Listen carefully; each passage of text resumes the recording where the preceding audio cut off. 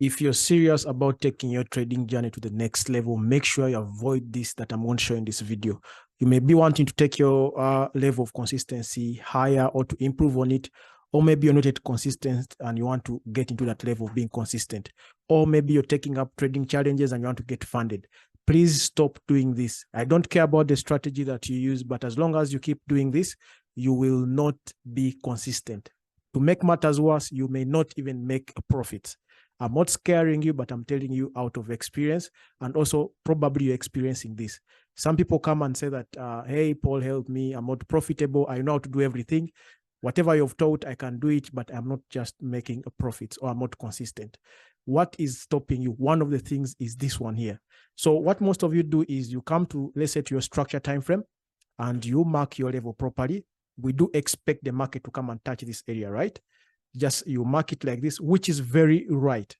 Right together, you mark it correctly, and then even go ahead into your entry time frame. Let's say you come into H4, and this is the area that you want the price to touch, and then you can look for an entry. Now, what most of you do is, without even looking for two aspects, when you're going to take an entry, after identifying your structure or area of interest or point of interest, you need two things. One of them is what we call change of trend.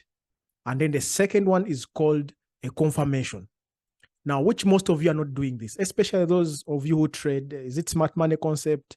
Is it, I don't know, you've given them many names, that you're trading with the banks, you're trading with the liquidity, what?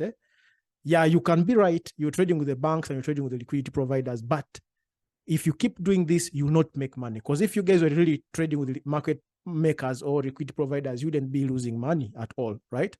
But one of the aspects that is making you lose money is this. So please watch until the end so that you can avoid doing this, or you prevent it. So what you do is, after marking this area like this, no change of trend has been seen, no confirmation has been seen. Of course, someone's going to tell me I've seen a bullish engulfing or what. That's not a confirmation. It may be part of a confirmation, but it's not a confirmation, right? So this is your area of interest or point of interest that you've marked. And then from nowhere, you put a buy limit here. Some of you use buy limits. You come and put a buy limit here. You say, okay, I'm targeting this.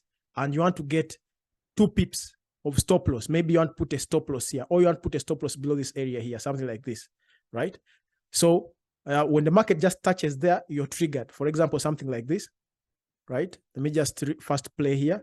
And you can see your stop loss has been hit. Are you getting it?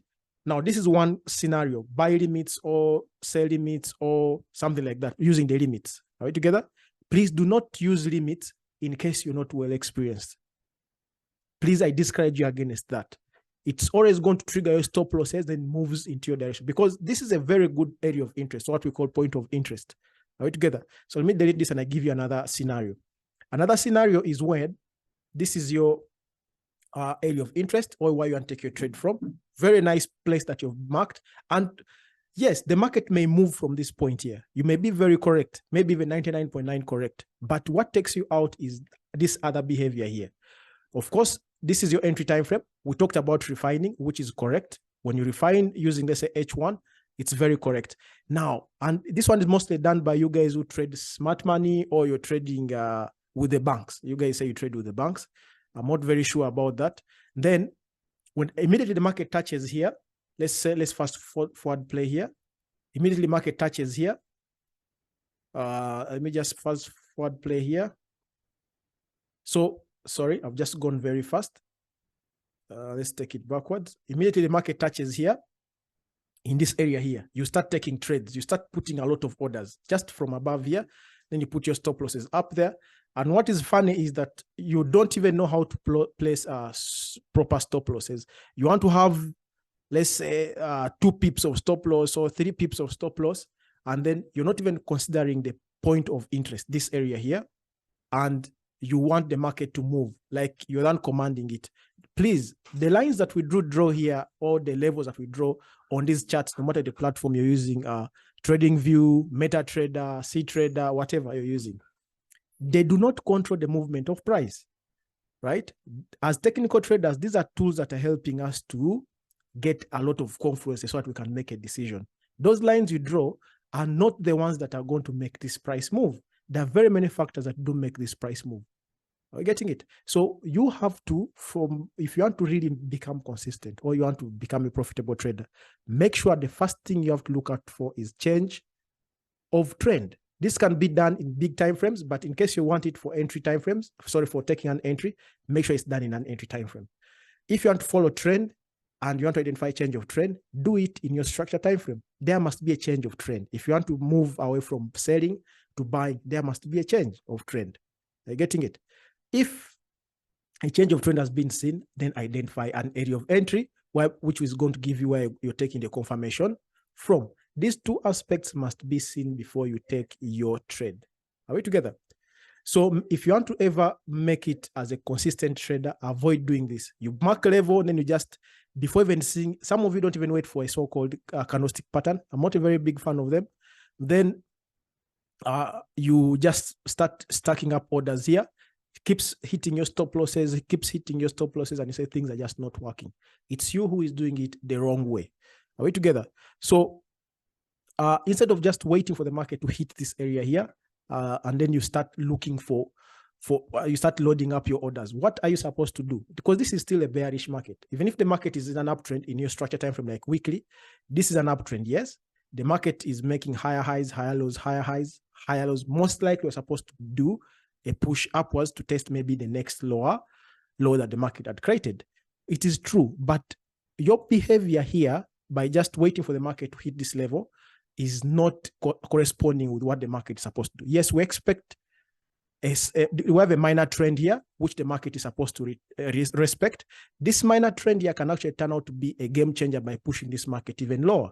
So you have to respect this trend that is here.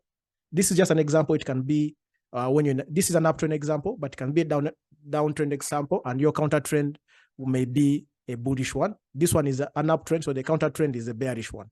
So make sure you respect the counter trend, right? Why do we have to respect? We have to wait for the market to stop going in a downtrend and start moving in an uptrend. That's when you take your trade. Do not just mark your levels up and then you start just putting up orders. Maybe you use limits and let the market touch your area of interest or point of interest, then wait for the change of trend. For example, I would not take my trade just yet here. I would wait for the market to shift away. When the market does shift away from that, then I would wait for it to give me a change in trend and a proper retest, right? So when the market shifts away, one of the confirmations is it maybe creating a structure or creating a pattern. A structure, I mean patterns and shapes in your entry time frames. That is one. Then two is breaking structure, that structure that has created, and then retesting it. Then you can be able to take your trade. For example, in this case, now you can start looking for entries because the market now started printing up higher highs, higher lows, equal highs, equal lows, right? So on a weekly retest, you can take your trades in such a case, but do not take a trade because it has hit your area of interest and you want to force the market to go there. For your information, you're trading with the banks, right? Because the capital you're using is very minimal. Even if you're trading with $5 million, $3 million, that's very little money compared to what the banks are trading with. So stop this. One of them is marking your area of interest, and the moment price touches it, you start taking trades. Secondly is wait for the market to change trend, and you wait for a confirmation and you take your trade. There is no need to panic because the market is always going to be there. The same pattern that is making you lose money is the same pattern that's going to happen, right? So avoid this and you see a very massive change in your trading. That is it for today. I hope it made sense to you, and have a great